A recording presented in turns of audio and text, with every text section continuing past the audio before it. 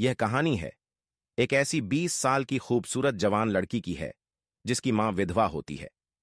कैसे उस लड़की की काम वासना की प्यास बढ़ जाती है, कैसे वह हर दिन अपनी इस प्यास को बुझाने का प्रयास करती है, और फिर कैसे एक दिन एक जवान साधु उसकी इस प्यास को बुझाता है। एक छोटे से गांव में आरती नाम की एक लड़की रहती थी। वह सरल स्वभाव की लेकिन अंदर से बहुत जिज्ञासु थी। कुछ दिनों पहले गांव में एक साधु का आगमन हुआ था। साधु के दर्शन और उससे बातचीत करने की पायल की तीव्र इच्छा मन में बैठ गई थी।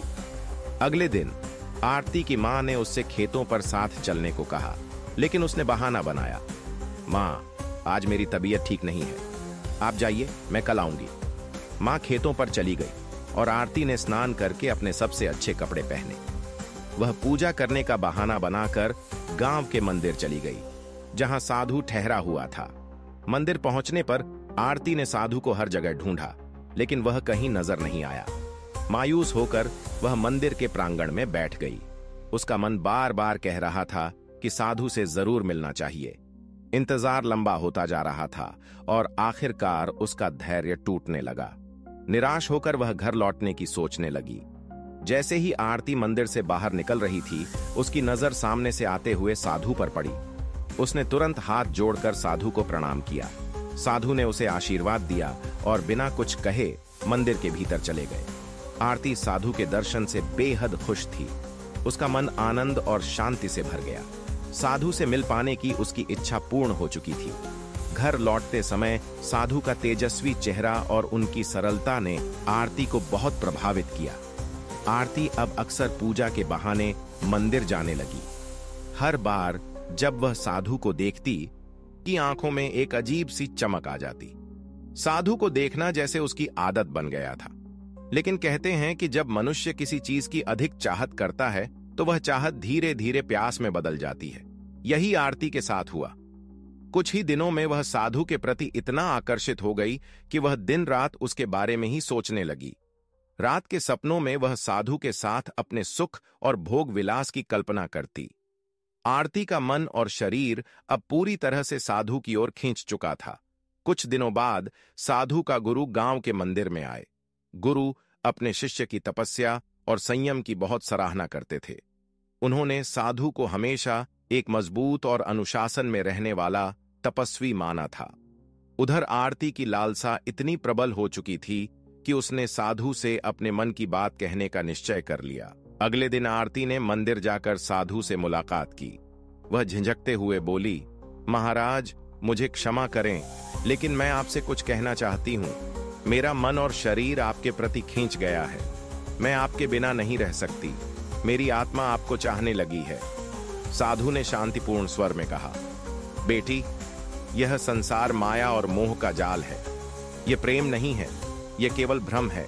सच्चा प्रेम आत्मा को मुक्त करता है, बंधन में नहीं डालता। तुम जो महसूस कर रही हो वह क्षणिक आकर्षण है, इसे त्याग दो। लेकिन आरती उनकी कोई बात मानने को तैयार नहीं थी। उसने जिद पकड़ ली और कहा, मैं केवल आपकी हूं। मेरा यह मन और शरीर सिर्फ आपको चाहता है। आरती और साधु की इस बातचीत को साधु का गुरु पास ही खड़े एक पेड़ के पीछे से सुन रहे थे। उन्होंने देखा कि उनका शिष्य अपने मन और संयम पर पूर्ण नियंत्रण रखे हुए है। गुरु मन ही मन अपने शिष्य की दृढ़ता से प्रसन्न हुए, लेकिन आरती की हालत ने उन्हें चिंतित कर दिया। शरात को जब गुरु और साधु भोजन कर रहे थे तो गुरु ने अनजान होकर साधु से दिन भर की दिनचर्या के बारे में पूछा। साधु ने गुरु को विस्तार पूर्वक अपनी दिनचर्या बताई और आरती की घटना भी साझा की। गुरु ने शांति से सब कुछ सुना, लेकिन साधु इस बात से अनजान था कि गुरु पहले से ही सब कुछ जानते थे। गुरु ने मन ही मन निर्णय लिया कि अगली सुबह वह आरती के घर जाकर इस स्थिति का समाधान निकालेंगे। अगले दिन सुबह गुरु आरती के घर पहुंचे। आरती उस समय घर के बाहर तुलसी के पौधे की पूजा कर रही थी। गुरु को अपने द्वार पर देखकर वह चौंक गई और तुरंत उनके पैर छूने के लिए झुकी। गुरु ने आशीर्वाद दिया और कहा, बेटी, क्या मैं अंदर आ सकता हूं? तुमसे कुछ जरूरी बात करनी है। आरती ने विनम्रता से उन्हें अंदर बुलाया और अपनी मां को बुलाकर पानी और प्रसाद लाने को कहा।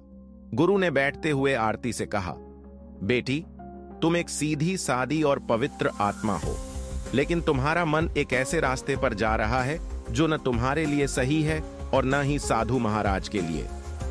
मैं समझ सकता हूं कि तुम्हारे मन में कैसा आकर्षण और लगाव है, लेकिन यह सही दिशा में नहीं है।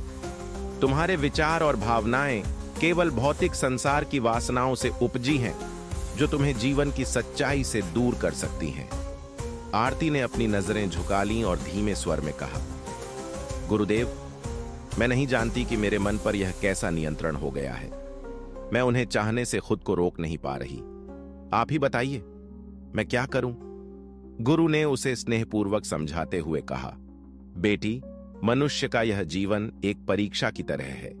यह समझना जरूरी है कि सच्चा प्रेम वह है जो व्यक्ति को आत्मा और परमात्मा के निकट लाए, न कि उसे मोह और माया के बंधन में फंसाए। जो भावना तुम्हें साधु महाराज की ओर खींच रही है, वह केवल तुम्हारे मन का भ्रम है। अगर तुम सच में उनकी तरह महान बनना चाहती हो, तो उनके आदर्शों को अपनाओ, उनके ज्ञान और तप का अनुसरण करो, लेकिन यह केवल मोह को त्यागने से संभव हो सकता है। आरती ने गुरु की बातों को ध्यान से सुना। गुरु ने फिर कहा, अगर तुम्हें सच में शांति चाहिए, तो अपने मन को आध्यात्मिक साधना की ओर मोड़ो।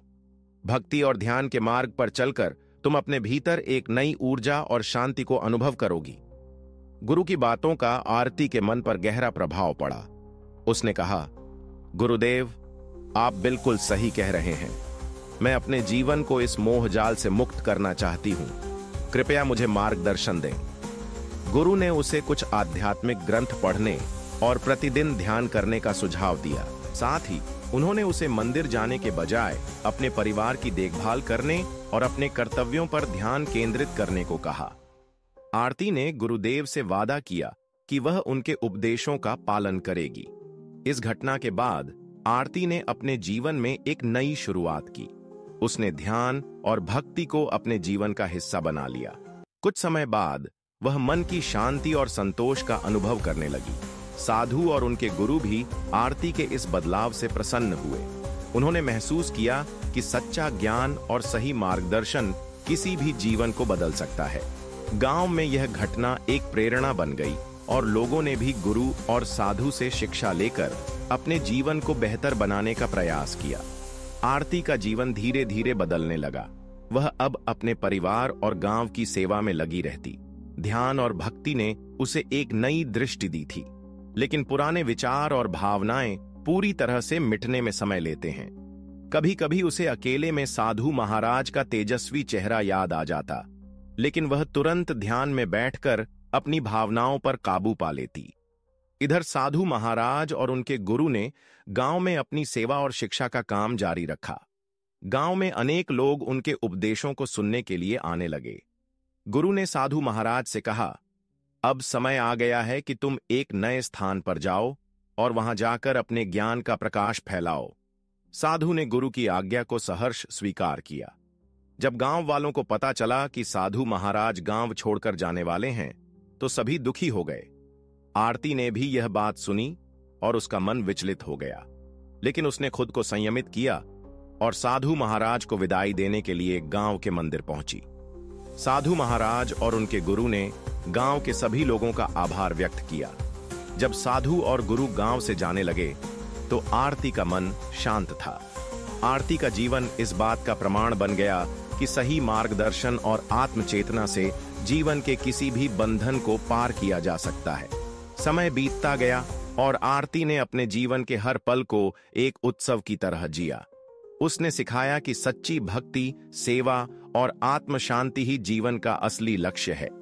अगर आपको कहानी अच्छी लगी हो, तो वीडियो को लाइक और सब्सक्राइब करना ना भूलें। धन्यवाद।